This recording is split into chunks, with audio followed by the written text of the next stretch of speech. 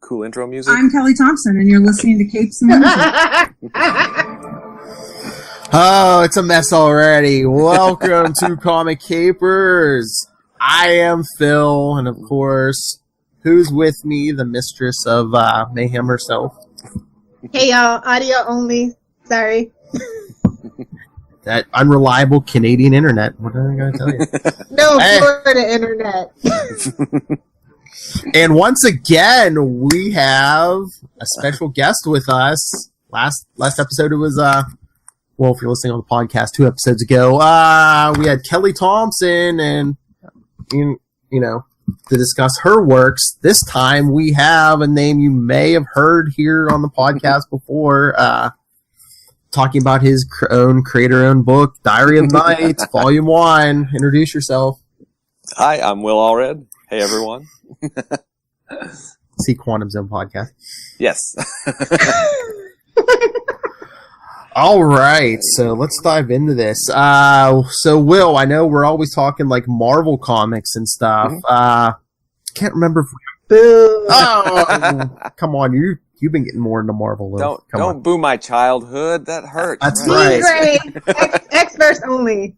Because I think we probably got into this in the beginning of Quantum Zone, like probably the first episode. But like, share with the people where did your love of comics begin? Well, so I live in northwest Arkansas, and I grew up in very, very rural northwest Arkansas.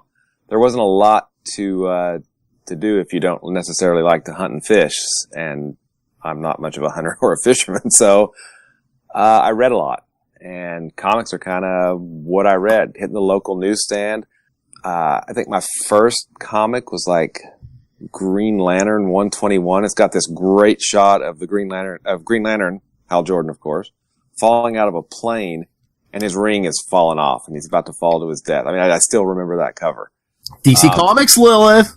If only he would fell to his death. Oh, Hal's my man.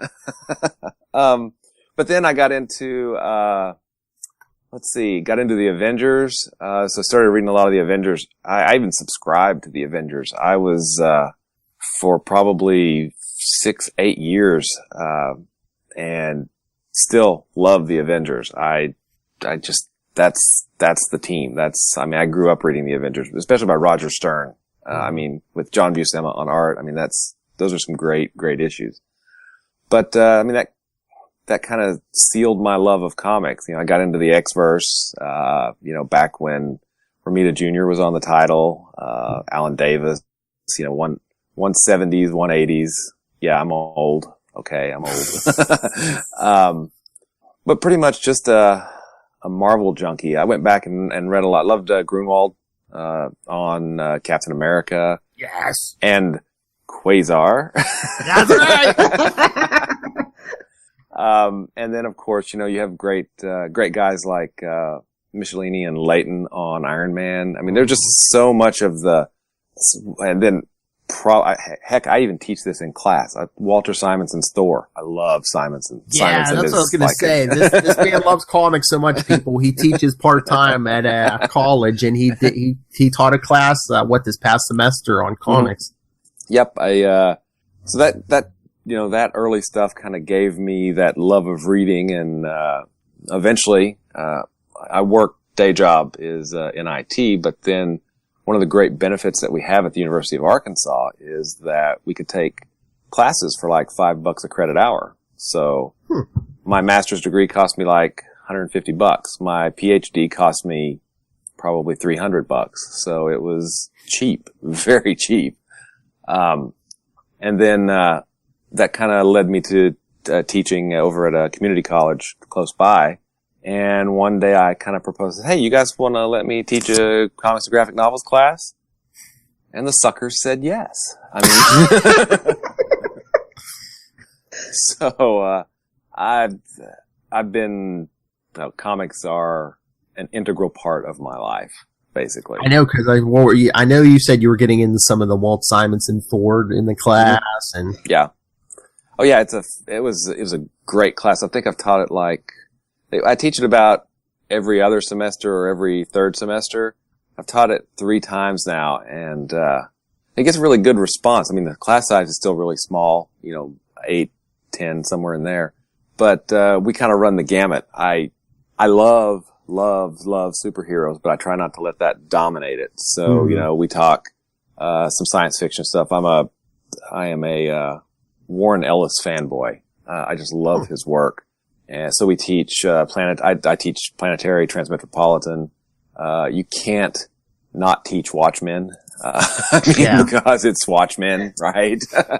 But I like to hit Alan Moore. I personally prefer V for Vendetta. So I teach a pair. I teach Watchmen and V for Vendetta.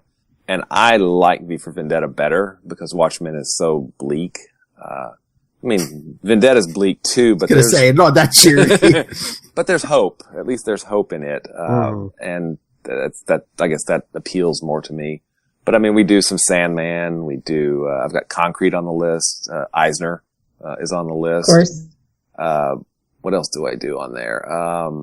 Grant Morrison is a very difficult writer to teach, by the way, in a survey class like this. So as much as I tried to steer away from superheroes, I did All-Star Superman because that's just brilliant.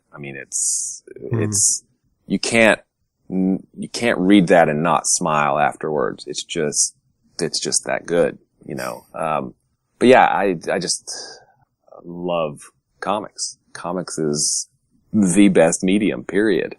If you're going to tell stories, that's where you want to tell stories, right? See, Lilith, we actually have a real professor now, not just a maniac who claims Watch out, Charlie!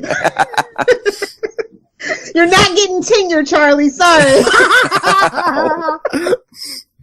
But, so... I did want to start off with an actual question, Philip. Okay, go ahead. I was looking you up, and I noticed I did Comics Launch too, and you had an interview with Comics Launch. Yes. Uh-huh. You remember it? Okay. So you talked about how you actually gave up teaching because you were overcommitted, for that. Oh yeah. You said, absolutely. Sorry, I wanted to know if you were married and if your wife was like, really? Yeah. Yes, I'm married. Was she supportive of the whole thing? She is. She's very supportive.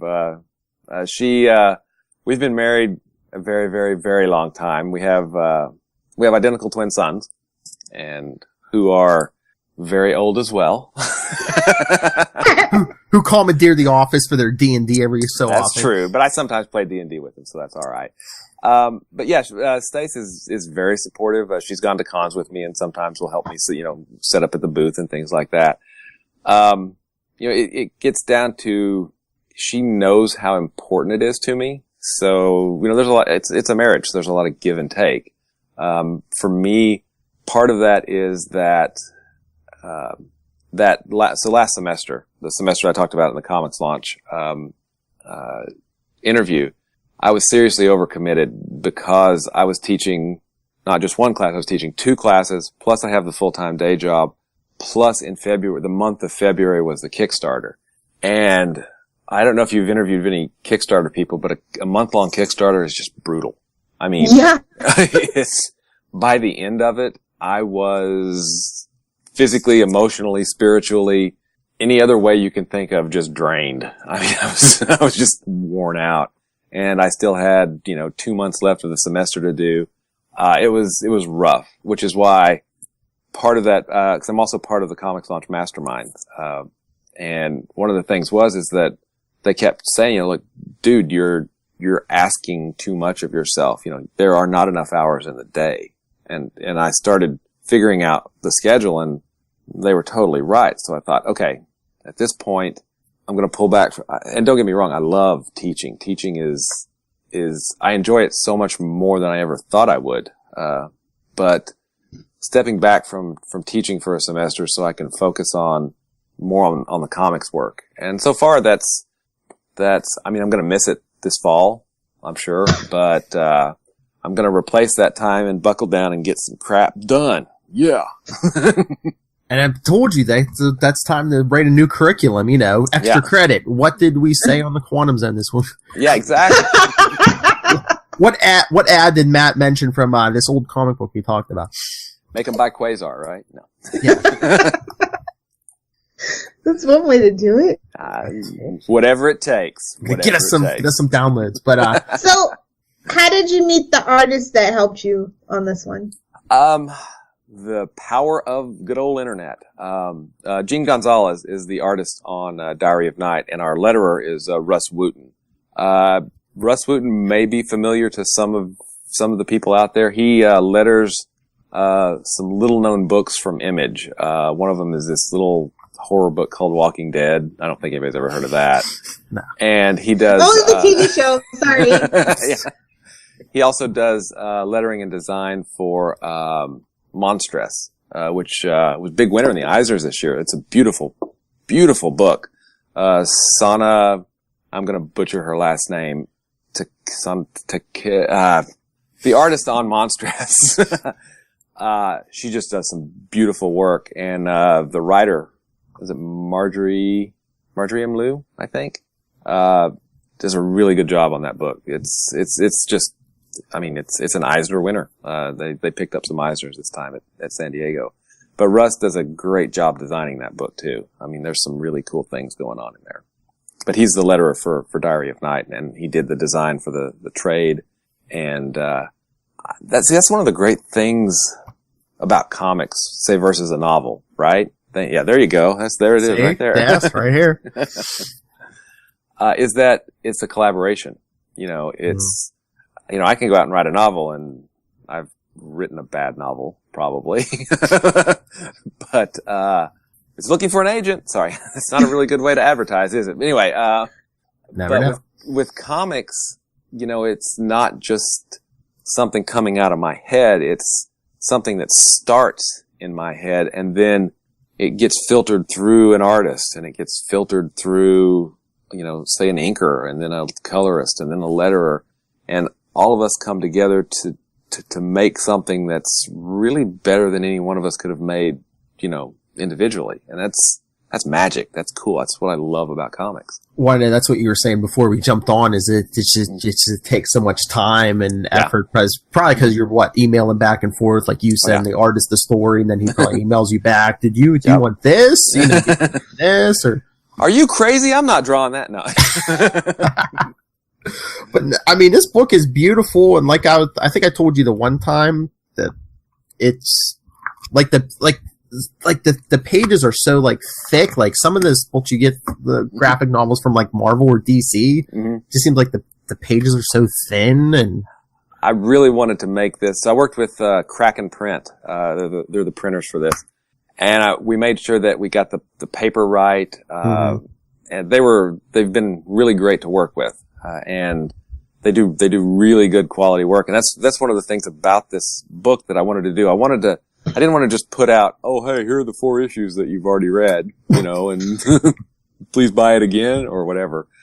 So one of the things that, you know, is a Kickstarter. So one of the things that I wanted to do was, add more stuff in. So as much as I love comics, one of the things that I had a lot of fun with, and Russ and I kind of collaborated on this, were, kind of these faux diary entries that you could read that were just, they weren't illustrated or anything. It was just like it was a page out of Catherine's diary. And we put 4 of those in the original issue. There's 1 in each issue of the 4-issue series. So as part of this new thing, I did 4 brand new ones.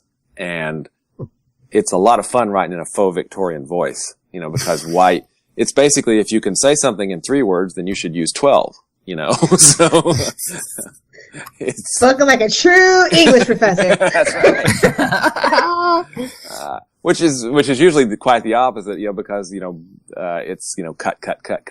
But the Victorians didn't believe in that. I mean, if you read Oscar Wilde, you know, Importance of Being Earnest, or any Victorian literature, it's a lot of words.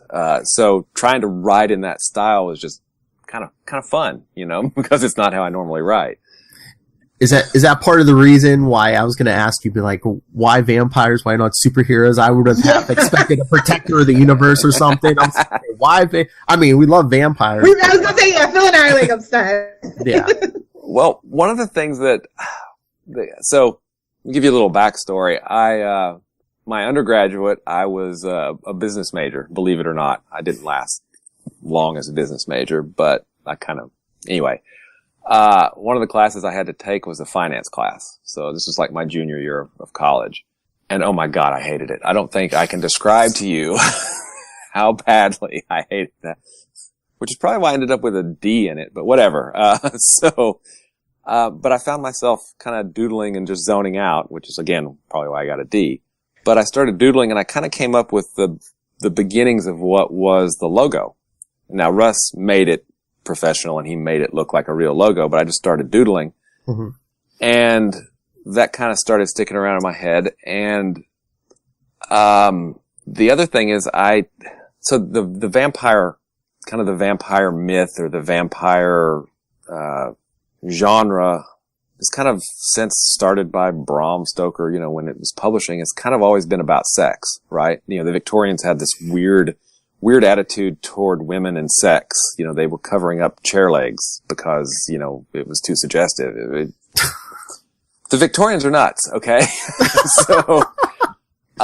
So what I wanted to try to do was take the vampire myth and maybe do a little something different with it. And also it was a really easy shortcut to have a character that could be really, really old.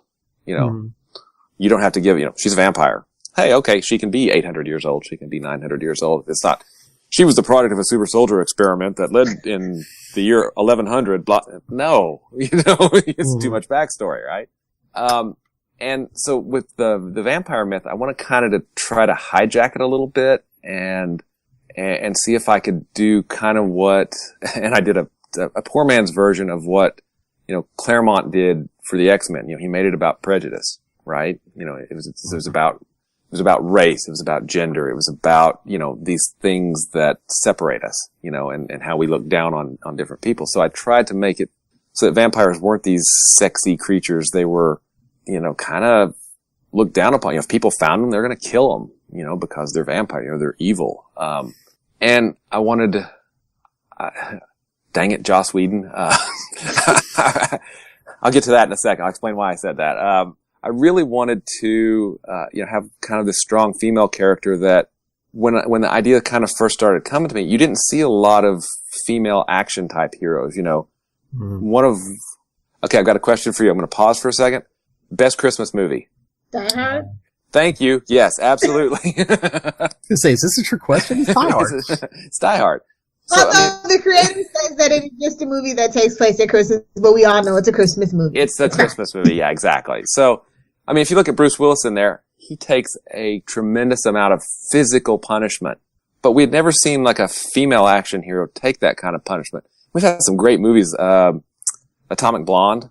You see Charlize Theron, having this really physical role, where she's an action star. You don't have to put female in front of it. She is an action star at that point. And part of what I was trying to do years and years ago was, have a female character that, took physical punishment, kept going, and was just strong. I hope I succeeded, but that was kind of one of my goals. The other thing is, I was like, why in the heck don't vampires carry guns? Really? So, this is where we come back to Joss Whedon. I didn't get into Buffy until late. I think my wife and I got into it after the final episode had aired.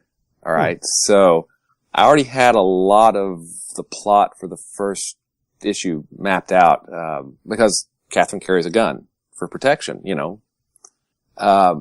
and then I saw the episode of Buffy where Darla pulls a gun on Buffy and I went, curse you, Joss Whedon! So, I don't know if that was worth the story, but there you go. No, I did notice in your story, it's like, it's almost like the whole vampire thing is almost secondary. It's just like, there's this race of immortals led by this woman, this woman is like and in charge, I thought that was like a unique thing I really hadn't read in much vampire literature, I've seen on TV. It's just, the whole vampire thing seems secondary to the rest of the story. And actually, you're totally right, because to me, I wanted it to not be classic vampire, and I wanted it to be a little bit more about community too. Mm-hmm. How can we help each other versus, I'm a lone bloodsucker, going to go out and, kill as many humans as I can. And it also doesn't seem to have like that whole, cliche, oh, I'm a vampire, it's so horrible. Yeah. And they don't glitter. Sorry. No, please, we all agree that they should not glitter. Yes. Miss Hellfire? Oh. I lost my train of thought thinking about how much I hate Twilight. Sorry. We all lost our train of thought. Totally derailed us. Sorry about that. Sorry. So, I know you said you're still working on it, but like volume 2, are we going to get more into the backstory of this guy? Maybe a little bit. There's kind of in betwixt where Catherine wakes up after turning, and where she stumbles through the castle to kill Arthur.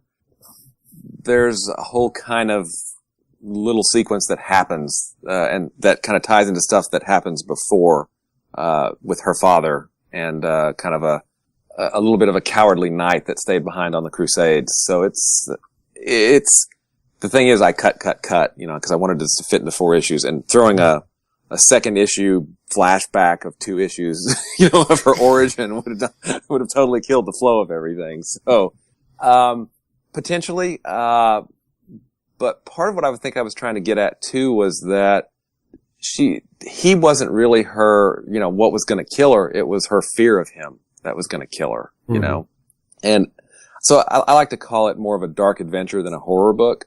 But then I look at some of the pages where, she's literally tossed aside in a pile of bodies, and there's some really horrific imagery in there that, I didn't want to downplay and didn't want to go over the top and make it, not have any punch. But, I wanted those pages to have punch, and Gene delivered in spades. I mean, he's an awesome artist. But, the rest of the time, it's not fangs out, blood sucking all the time. It was more of, how she lives, kind of. Is that the thing, like working with a creative team like that, is like you send it to him and he draws it and you're like, man, that's what I wrote? Dude, there are literally no better emails on the planet than art emails. He sends them back and I'm like, dang, that's awesome. Perfect. That's so much better than what I wrote. Did I write that? Yeah, you're absolutely right. Did I write that? That's awesome.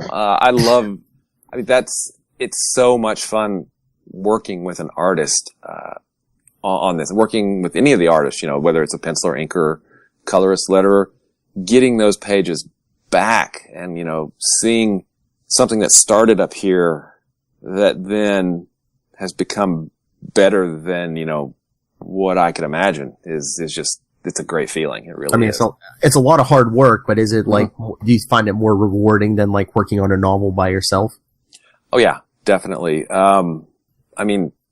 Ultimately, from what I understand, writing in general is pretty solitary. It's, in fact, I was mentioning this on my newsletter a few weeks back, is that, I love listening to music, but I can't listen to, the Beatles or the Eagles or Hall & Oates or any of the, Ed Sheeran or whatever I'm listening to at the time. I can't listen to those while I write. But I love soundtracks. So a lot of what I listen to is like the Halo soundtracks, the game. Cool. They're just awesome. I just love to listen to those. And I've got, of course, if you love soundtracks, then you of course have everything that John Williams has ever done. So I've got of course. everything that John Williams has ever done. And there's just lots of good, either orchestral music or, just without lyrics that I usually try to put the headphones on and just start head down and seeing what I can do.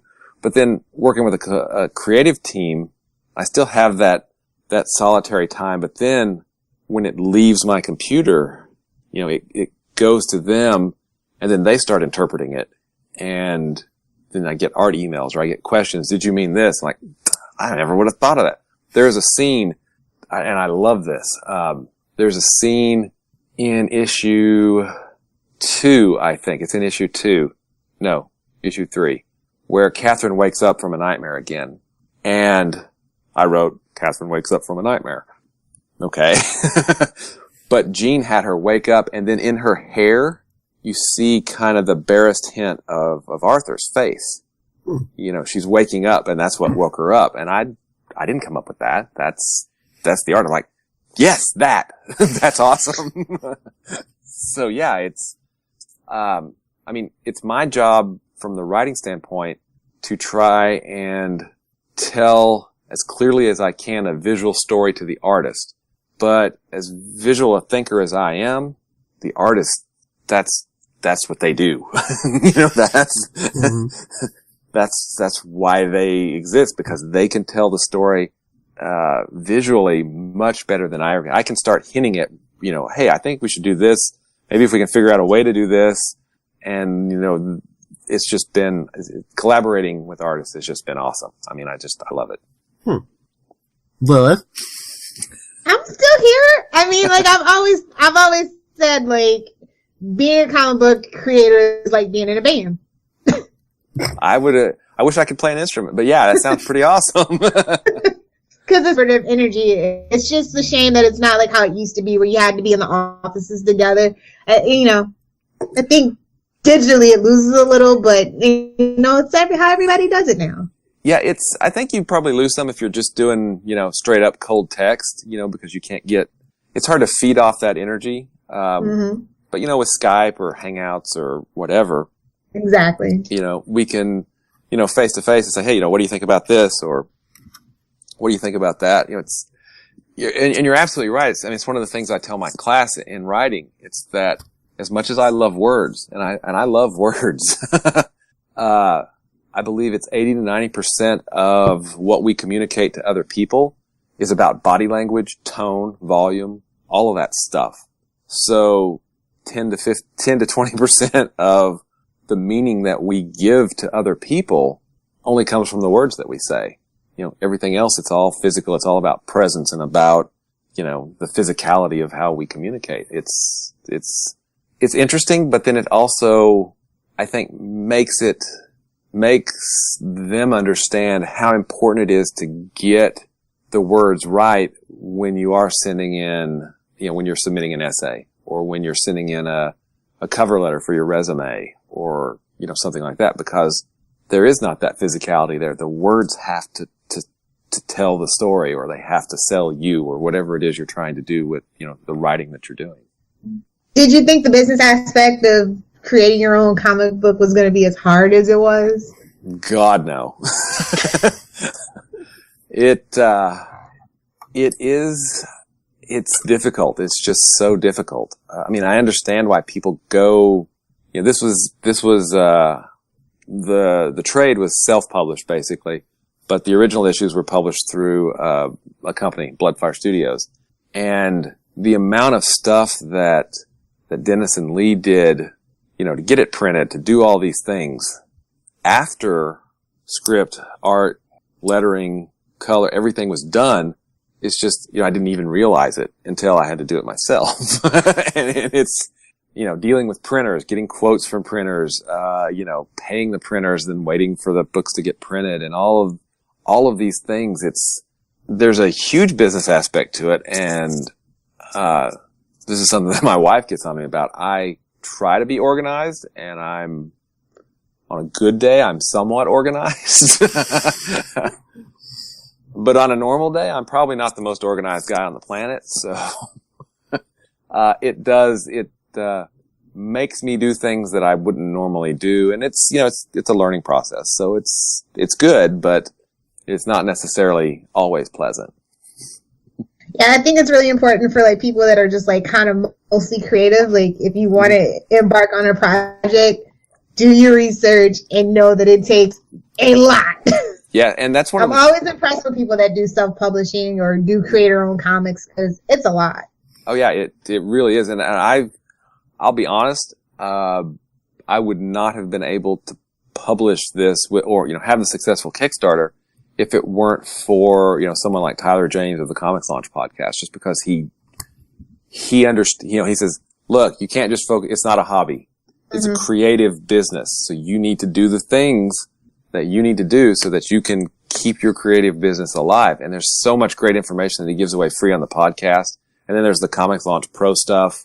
where you can go through the classes, and it's amazing because he's been so helpful to me in particular, and I'm sure so many other creators as well.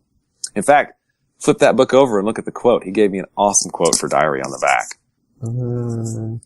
Tyler James. Oh, Diary of Night delivers a rich, complex, layered, and novel modern take on classic vampire lore.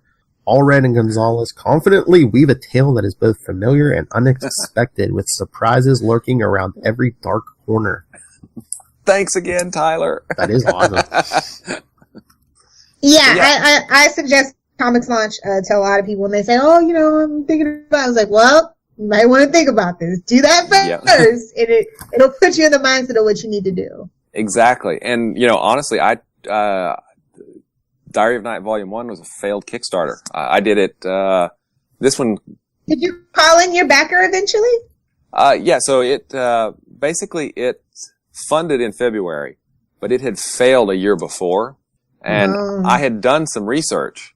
But I found out that what I didn't know, would fill an ocean. And then, I found the Comics Launch podcast, and then I did a several month lead up to the launch in February. And it was built your community, yeah. Yeah, built the community, built the newsletter mailing list and all that good solid, business type stuff that I hadn't been doing.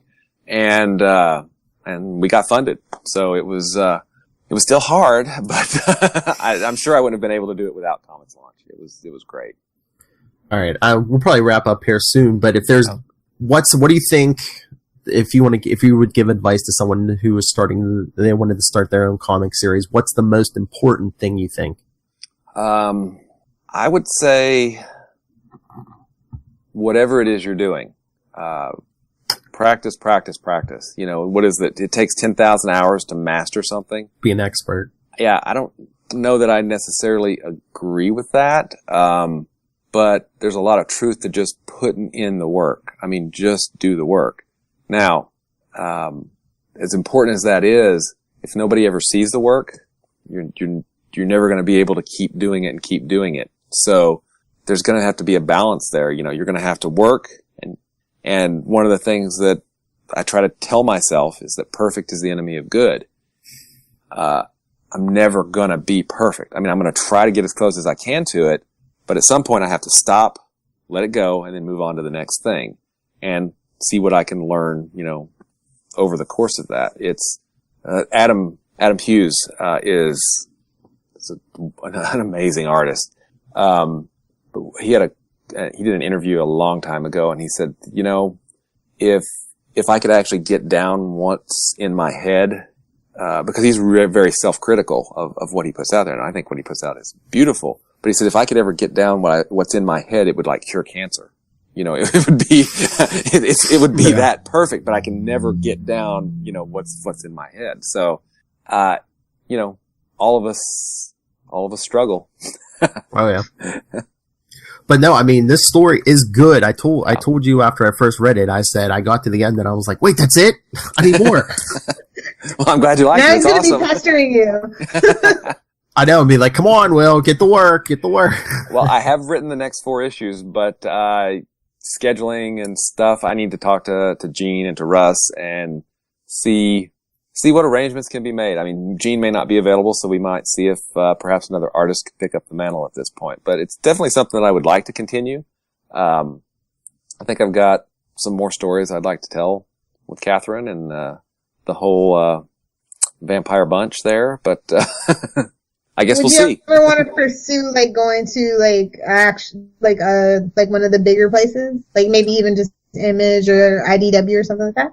Yeah, I'm not against the larger publishers. I mean, they perform a lot of things that personally I'd rather not do. But my profile in the industry at this point is not necessarily high enough where I can just ship off a pitch to an editor at Boom or IDW or Image or Marvel or DC.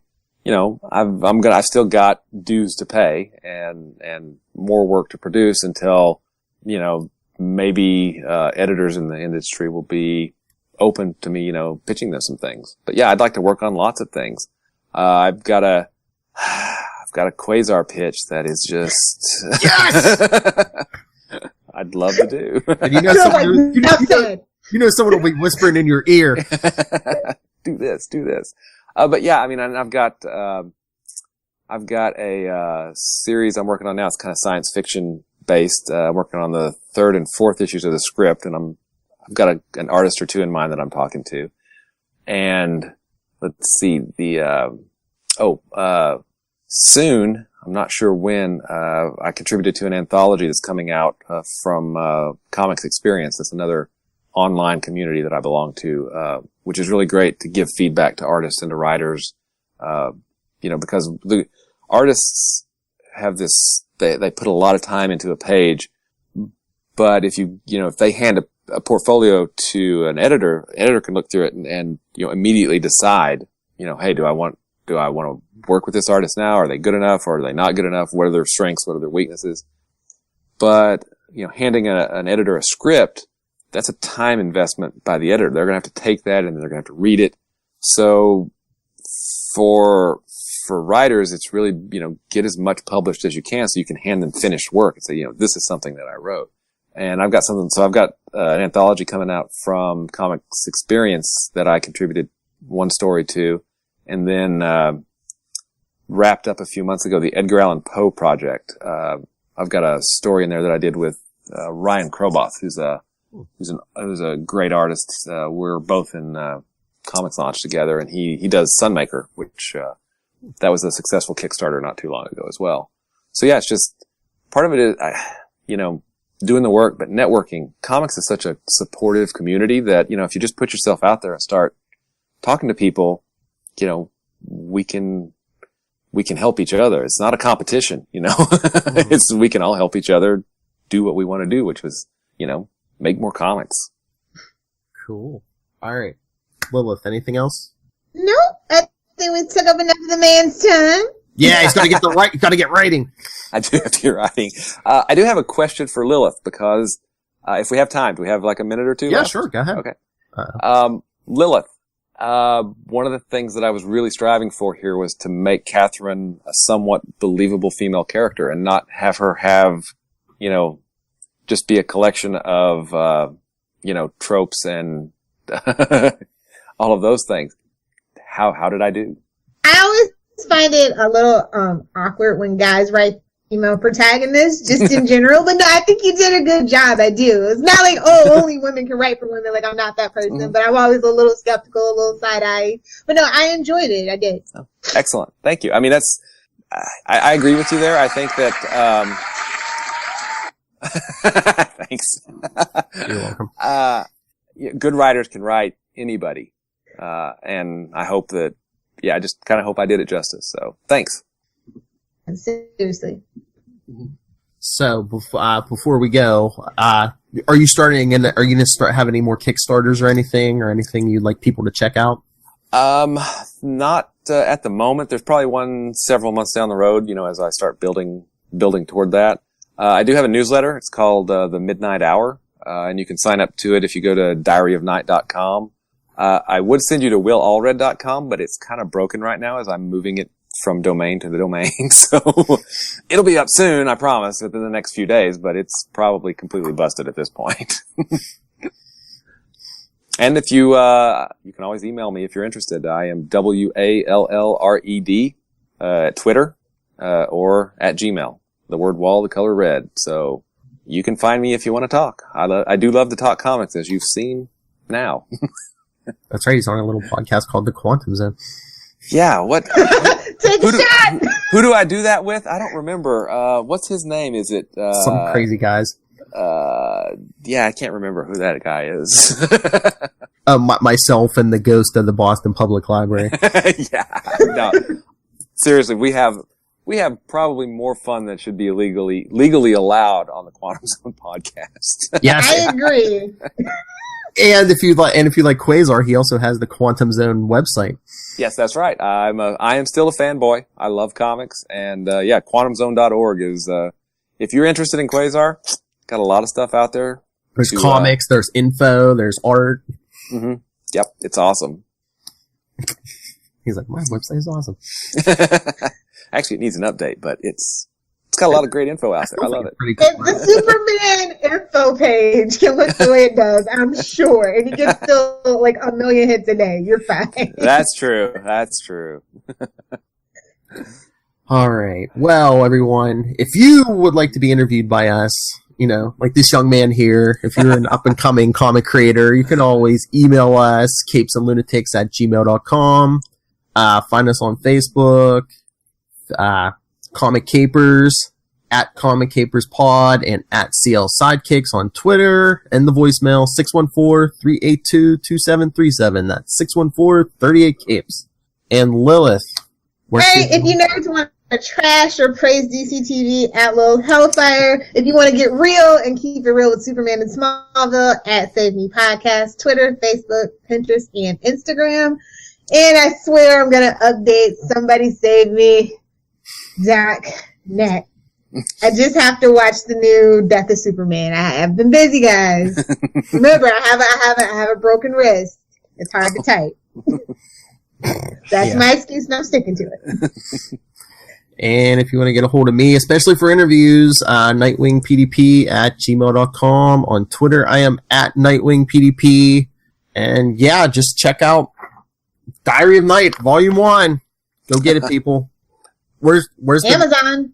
Not yet. I'm still waiting on delivery of the final books. These are advanced copies that you guys have. So probably within the next month, all the backers will have their copies, and I'll be able to sell the copies that I have on Amazon and hopefully a store that I'm setting up right now. Ooh. So see, keep your eye out, people. You can be one of the first. By Diary of Night. All right. Thank you, Will, for taking time out of your busy schedule. And as you told us, you do have a busy schedule. Thanks for having me. All right, everyone. And next time, stay tuned. We're going to do the first compendium of Invincible. See, Lilith, no Marvel or DC. We'll just mix it up. And then we're doing Archie. All of them. Let's get through all of Invincible, then we'll talk. But remember, 2 interviews in a row. Come on, people. Join us.